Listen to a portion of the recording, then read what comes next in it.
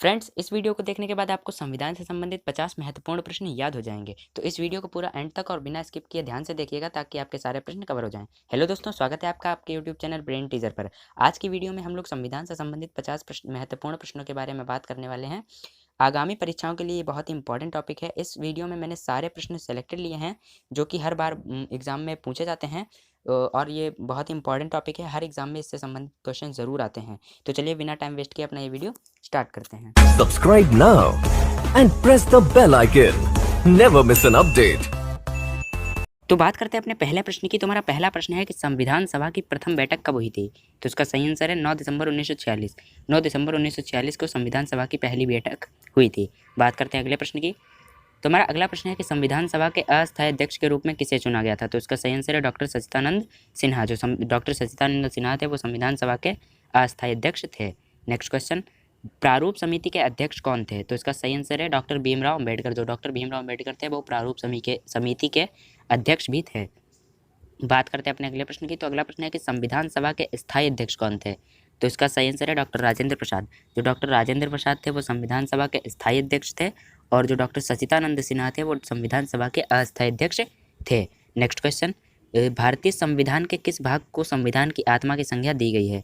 तो इसका सही आंसर है प्रस्तावना। जो भारतीय संविधान की प्रस्तावना है उसे संविधान की आत्मा की संज्ञा दी गई है। नेक्स्ट क्वेश्चन, संविधान सभा ने राष्ट्रगान को कब स्वीकार किया? तो इसका सही आंसर है 24 जनवरी 1950। यानी कि संविधान लागू होने से ठीक 2 दिन पहले 24 जनवरी 1950 को संविधान सभा ने राष्ट्रगान को स्वीकार किया था। नेक्स्ट क्वेश्चन, भारतीय नागरिकों को प्राप्त मूल अधिकारों की संख्या कितनी है? तो इसका सही आंसर है 6। जो हमारे वर्तमान में मूल अधिकार हैं उनकी संख्या 6 है। पहले इनकी संख्या 7 थी, लेकिन 44वें संविधान संशोधन के बाद इसकी संख्या घटाकर 6 कर दी गई थी। बहुत ही इंपॉर्टेंट क्वेश्चन है, इसको आपको याद रखना है। मूल अधिकारों की संख्या 6। बात करते हैं नेक्स्ट क्वेश्चन की। तो नेक्स्ट क्वेश्चन है कि संपत्ति के अधिकार को किस संविधान संशोधन के द्वारा हटा दिया गया था? तो हमारा जो संपत्ति का अधिकार यानी कि जो हमारा 7वां अधिकार था संपत्ति का अधिकार, उसको 44वें संविधान संशोधन के बाद हटा दिया गया था। बात करते हैं अगले प्रश्न की। तो अगला प्रश्न है कि मूल अधिकारों का रक्षक किसे कहा जाता है? तो इसका सही आंसर है सर्वोच्च न्यायालय और उच्च न्यायालय। ये पॉइंट आपको याद रखना है, ये बहुत इंपॉर्टेंट है। संविधान मूल अधिकारों का जो रक्षक है उसे सर्वोच्च न्यायालय और उच्च न्यायालय को कहा जाता है। नेक्स्ट क्वेश्चन, लोक कल्याणकारी राज्य की अवधारणा किसमें निहित है?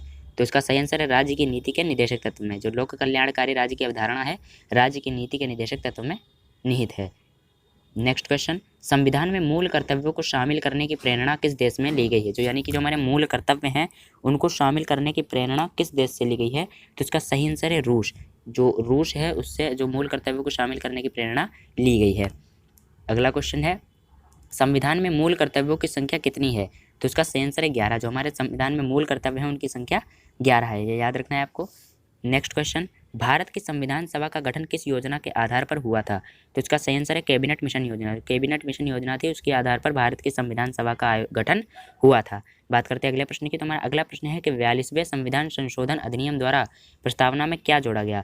तो जो समाजवादी और धर्मनिरपेक्ष, ये जो 2 शब्द हैं, इनको 42वें संविधान संशोधन अधिनियम द्वारा प्रस्तावना में जोड़ा गया। तो बात करते हैं अगले प्रश्न की। तो हमारा अगला प्रश्न है कि संविधान संशोधन की प्रक्रिया का वर्णन किस अनुच्छेद में किया गया है? तो अनुच्छेद 368, ये आपको याद रखना है, बहुत इंपॉर्टेंट है।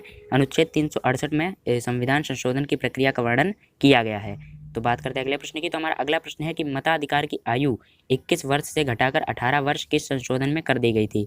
तो जो हमारा 61वां संविधान संशोधन हुआ था उसमें मताधिकार की आयु 21 वर्ष से घटाकर 18 वर्ष कर दी गई थी। बात करते हैं अगले प्रश्न की। तो संविधान के किस संशोधन द्वारा मूल कर्तव्यों को जोड़ा गया था? जो हमारे मूल कर्तव्य जोड़े गए हैं उनको किस संविधान संशोधन के बाद जोड़ा गया था? तो इसका सही आंसर है 42वें संविधान संशोधन हुए।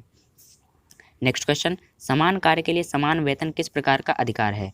तो राज्य के नीति निर्देशक सिद्धांत का अंग है। ये जो समान कार्य के लिए समान वेतन है राज्य के नीति निर्देशक सिद्धांत का अंग है। बात करते हैं अगले प्रश्न की। तो भारतीय संविधान का कौन सा अनुच्छेद प्रेस की स्वतंत्रता की बात करता है? यानी कि जो प्रेस की स्वतंत्रता है वो किस अनुच्छेद में है? तो इसका सही आंसर है अनुच्छेद 19 में। जो अनुच्छेद 19 है उसमें प्रेस की स्वतंत्रता की बात की गई है। बात करते हैं अगले प्रश्न की। तो अगला प्रश्न है कि भारतीय संघ की शक्ति किसमें निहित है? तो इसका सही आंसर है राष्ट्रपति। जो राष्ट्रपति है उसमें भारतीय संघ की शक्ति निहित है। नेक्स्ट क्वेश्चन, भारतीय संविधान का जनक किसे कहा जाता है? तो इसका सही आंसर है डॉक्टर BR अम्बेडकर, यानी कि डॉक्टर भीमराव अम्बेडकर को जो भारतीय संविधान के जनक माने जाते हैं। नेक्स्ट क्वेश्चन, संविधान के किस संशोधन को लघु संविधान भी कहा जाता है? तो इसका सही आंसर है 42वां संविधान संशोधन। जो 42वां संविधान संशोधन हुआ था उसे लघु संविधान भी कहा जाता है। बात करते हैं अगला प्रश्न की। तो हमारा अगला प्रश्न है कि राष्ट्रपति अगर अपना त्याग पत्र देना चाहे तो किसे देगा? तो यानी कि राष्ट्रपति अगर अपने कार्यकाल के दौरान अपना त्याग पत्र देना चाहता है तो किन्हें देगा? तो इसका सही आंसर है उपराष्ट्रपति। उपराष्ट्रपति को वो अपना त्याग पत्र दे सकता है। तो बात करते हैं अगले प्रश्न की। अगला प्रश्न है कि संसद के 3 अंग कौन कौन से होते हैं? तो इसका सही आंसर है राज्यसभा, लोकसभा और राष्ट्रपति। बहुत इंपॉर्टेंट क्वेश्चन है, इन तीनों को आपको याद रखना है। जो संसद है वो राज्यसभा, लोकसभा और राष्ट्रपति से मिलकर बनती है। बात करते हैं अगले प्रश्न की। तो हमारा अगला प्रश्न है कि हमारे देश की तीनों सेनाओं का सेनापति कौन होता है? यानी कि थल सेना, जल सेना और वायु सेना, इन तीनों सेनाओं का सेनापति कौन होता है? राष्ट्रपति। राष्ट्रपति जो होता है वो तीनों सेनाओं का सेनापति होता है। ये भी बहुत इंपॉर्टेंट क्वेश्चन है। नेक्स्ट क्वेश्चन, मौलिक अधिकार को सर्वप्रथम किस देश ने मान्यता दी थी? जो मौलिक अधिकारों को जो मान्यता दी गई है वो किस देश ने सर्वप्रथम दी थी? तो इसका सही आंसर है अमेरिका। अमेरिका ने सर्वप्रथम इसको मान्यता दी थी। नेक्स्ट क्वेश्चन, संविधान में संशोधन की प्रक्रिया किस देश से ली गई है? तो इसका सही आंसर है दक्षिण अफ्रीका। दक्षिण अफ्रीका में संविधान में संशोधन की प्रक्रिया ली गई है। नेक्स्ट क्वेश्चन, भारतीय संविधान की प्रस्तावना में हमारे देश को किस किस नाम से पुकारा गया है? तो इसका सही आंसर है इंडिया और भारत। भारतीय संविधान की जो प्रस्तावना है उसमें हमारे देश को इंडिया और भारत नाम से पुकारा गया है। बात करते हैं अगले प्रश्न की। तो हमारा अगला प्रश्न है कि भारतीय संविधान को किसके द्वारा अपनाया गया? सही आंसर है संविधान सभा द्वारा। संविधान सभा द्वारा भारतीय संविधान अपनाया गया था। नेक्स्ट क्वेश्चन, भारत में कौन से राष्ट्रपति 2 बार निर्वाचित होने वाले प्रथम राष्ट्रपति बने हैं? डॉक्टर राजेंद्र प्रसाद। जो भारत के पहले राष्ट्रपति थे डॉक्टर राजेंद्र प्रसाद, वो 2 बार निर्वाचित होने वाले पहले राष्ट्रपति बने हैं। नेक्स्ट क्वेश्चन, सर्वप्रथम किसने प्रधानमंत्री पद से त्यागपत्र दिया था? जो अपने प्रधानमंत्री कार्यकाल के दौरान उन्होंने सर्वप्रथम त्यागपत्र मोरारजी जी देसाई ने दिया था। तो बात करते हैं अगले प्रश्न की। तो हमारा अगला प्रश्न है कि मूल संविधान में कुल कितने अनुच्छेद थे? तो इसका सही आंसर है 395। बात करते हैं अगले प्रश्न की। तो हमारा अगला प्रश्न है कि भारत एक धर्मनिरपेक्ष देश है, इसका क्या तात्पर्य है? तो इसका तात्पर्य ये है ये सभी धर्मों को स्वीकारता है। बहुत इंपॉर्टेंट क्वेश्चन ये आपको याद रखना है। भारत एक धर्मनिरपेक्ष राज्य है, इसका तात्पर्य है कि सभी धर्मों को स्वीकार करता है। नेक्स्ट क्वेश्चन, भारत के किस राज्य में समान नागरिक संहिता लागू है? सही आंसर है गोवा। जो भारत का गोवा राज्य है उसमें समान नागरिक संहिता लागू है और ये भारत का एकमात्र ऐसा राज्य है जिसमें समान नागरिक संहिता लागू है। बात करते हैं अगले प्रश्न की। तो हमारा अगला प्रश्न है कि यदि राष्ट्रपति का पद रिक्त हो तो उसका कार्य कौन संभालता है? तो इसका सही आंसर है उपराष्ट्रपति। जब राष्ट्रपति का पद खाली होता है तो उसका कार्यभार जो होता है वो राष्ट्रपति द्वारा संभाला जाता है। नेक्स्ट क्वेश्चन, राष्ट्रपति को शपथ कौन दिलाता है? तो इसका सही आंसर है मुख्य न्यायाधीश। जो मुख्य न्यायाधीश होते हैं वो राष्ट्रपति को शपथ दिलाते हैं। नेक्स्ट क्वेश्चन, किस देश का संविधान अलिखित है? ये बहुत ही इंपॉर्टेंट क्वेश्चन है। ये किस देश का संविधान जो है अलिखित है? तो जो ब्रिटेन है, ब्रिटेन देश का संविधान अभी भी अलिखित है। बात करते हैं अगले प्रश्न की। तो हमारा अगला प्रश्न है कि राज्य सरकार को कौन भंग कर सकता है? यानी कि अगर राज्य सरकार को कोई भंग करना चाहता है तो कौन कर सकता है? तो इसका सही आंसर है राज्यपाल। जो राज्यपाल होता है वो राज्य सरकार को भंग कर सकता है। नेक्स्ट क्वेश्चन, राष्ट्रपति राज्यसभा में कितने सदस्य मनोनीत करता है? तो इसका सही आंसर है 12। राष्ट्रपति द्वारा राज्यसभा में 12 सदस्य मनोनीत किए जाते हैं। नेक्स्ट क्वेश्चन, संविधान का कौन सा अनुच्छेद वोट देने का अधिकार देता है? बहुत इंपॉर्टेंट क्वेश्चन है, हर बार एग्जाम में पूछा जाता है।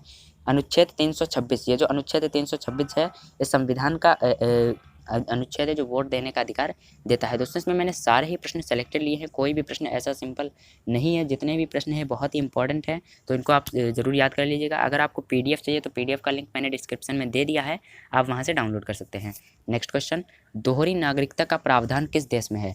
तो इसका सही आंसर है अमेरिका में। जो अमेरिका है उसमें दोहरी नागरिकता का भी प्रावधान है।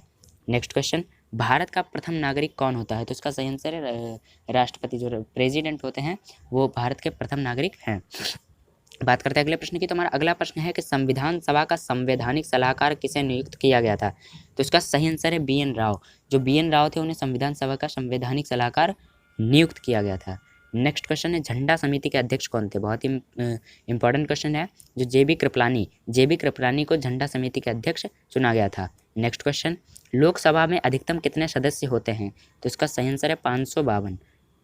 बहुत ही इंपॉर्टेंट क्वेश्चन है, इसको याद रखना है आपको। लोकसभा में कितने सदस्य होते हैं? 552। नेक्स्ट क्वेश्चन, राज्यसभा में अधिकतम कितने सदस्य होते हैं? तो इसका सही आंसर है 250। राज्यसभा में 250 और लोकसभा में 552।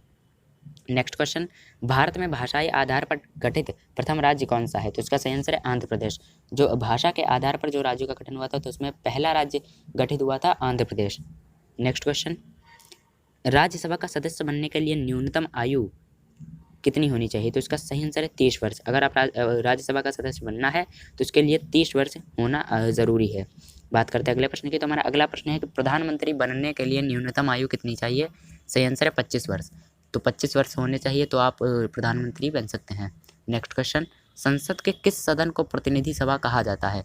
तो इसका सही आंसर है लोकसभा। लोकसभा को संसद के प्रतिनिधि सभा भी कहा जाता है।